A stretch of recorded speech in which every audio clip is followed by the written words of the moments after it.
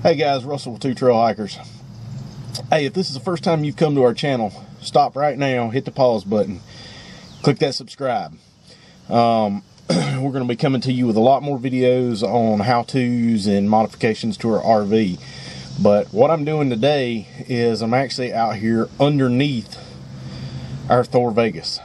In the video where I put the heater in, and I'll post a link to it up above, we installed an electric heater, and during that process, after I took the panel off where the furnace is, I noticed there was an extreme amount of daylight coming through inside the RV, and I was like, holy cow, where is that coming from?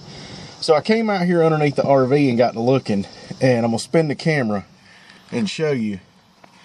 Basically, that is a gaping hole going all the way up into the RV. I mean, if you look right here, you can see the heater ducts, you can see the plumbing, everything. So this is completely exposed. Now, I have no clue what Thor was thinking. Maybe it was supposed to have one of these little plastic containers or something put over it. I'm not sure. That's basically the trough that I used to run the wiring for the electric heater. So I have no idea what they were thinking, but I've got to fill this in. So what I ended up doing was searching online and use this landscapers stuff. It's actually for ponds and waterfalls. Block adhesive, won't discolor like other foams.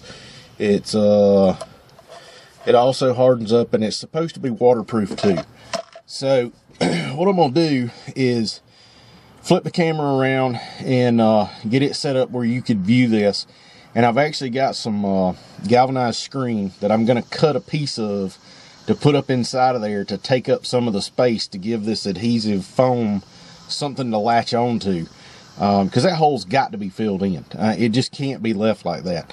I know when we went to Yellowstone, we had a tremendous amount of dust and stuff come inside the RV, and it drove me and Beth both crazy, especially underneath the couch, which is right here, basically right above us.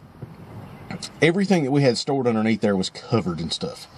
I can see road spray up underneath the bottom, so I can imagine that water's getting up in there. So this has got to be fixed, and it's got to help out on road noise, heating, cooling, everything all the way around. So stick with me and I'm gonna show you how to fix it. All right, guys, so here's this galvanized mesh that I was talking about. It looks like it's gonna be about the right size to fit in there. So all I need to do is take the cutters and cut us off a piece here.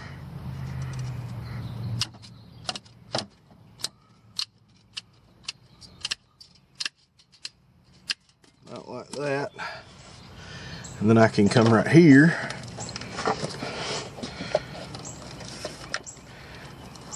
and push this right up inside of here.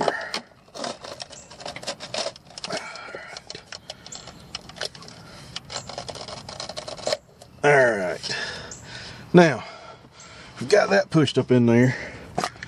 Now comes the fun part of trying to apply this stuff upside down, basically. Okay. Now this stuff here is supposed to be reusable. Now how reusable it is, I have no idea.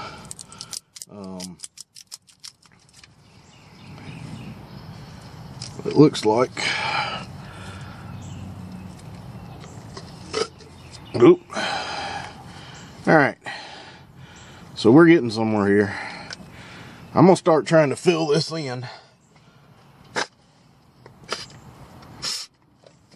And basically, this stuff has to be held upside down. So this is gonna be a catastrophic nightmare, I think.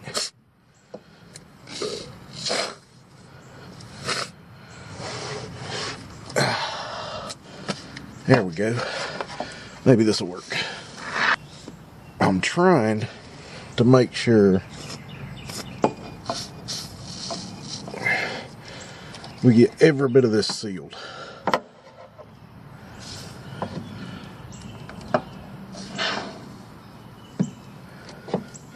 Now this stuff is like expanding foam, so it expands.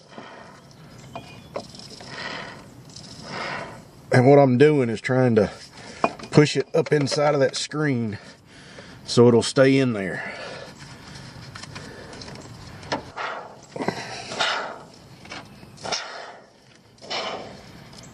Alright. Oh, don't let that fall on you. If this stuff's anything like great stuff, it don't come off. Which is primarily why I'm wearing gloves. Because I really don't want this stuff all over me.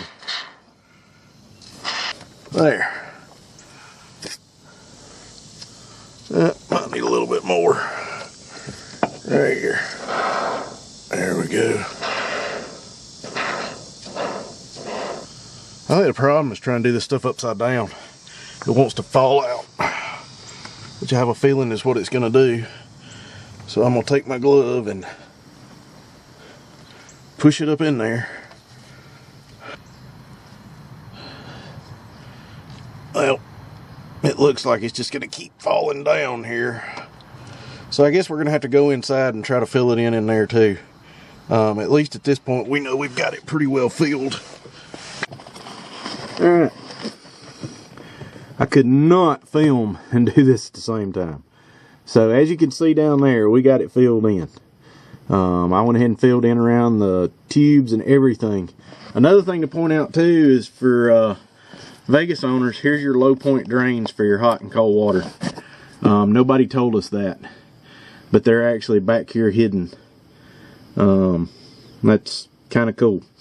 Didn't know they were there. So learn something new every time I get in here and try to manipulate and fix something here.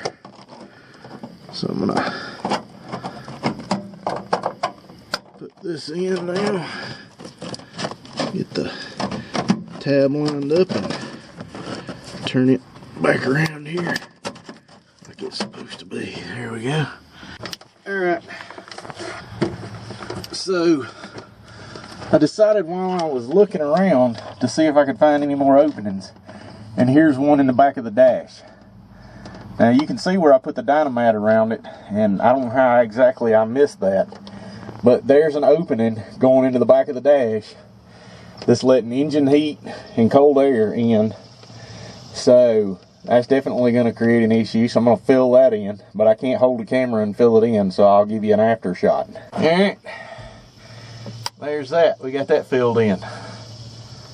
I'm going to look around and see if I find any more, but I think it would prove beneficial for you to look and see if you find any openings in your RV that probably need to be sealed up. Alright guys, so there it is. We resealed the big opening that was down here behind where the furnace is at. We got the one up in the dash. I went underneath the coach, crawled around under there. Anywhere that I saw where there was a possible penetration to the floor, I shot some of that stuff in there. Hopefully that's going to do a multifaceted aspect. One, it'll keep bugs and rats out. Won't be as easily accessible for them. And then the flip side of that too is it'll keep some of the dust and road grime and stuff from coming inside the RV. I can't believe how big that hole was down there. It was really kind of shocking. And I don't know if that was something that just got overlooked in quality control or, you know, what the case may be. But for those of you who own Thor motor coaches, it might not hurt to crawl around. I'll post a link down in the description for that sealer where you can order it straight off of Amazon. And again, those are affiliate links. We really appreciate your support. It's a free way to support us on our YouTube channel and our endeavor to get everything motivated and going so we can do some full-time RVing. So stick with us guys. Be sure and hit that subscribe button. Give us a thumbs up. Drop comments in the section below. Share this video if you want to. And we'll be coming to you with more. Thanks.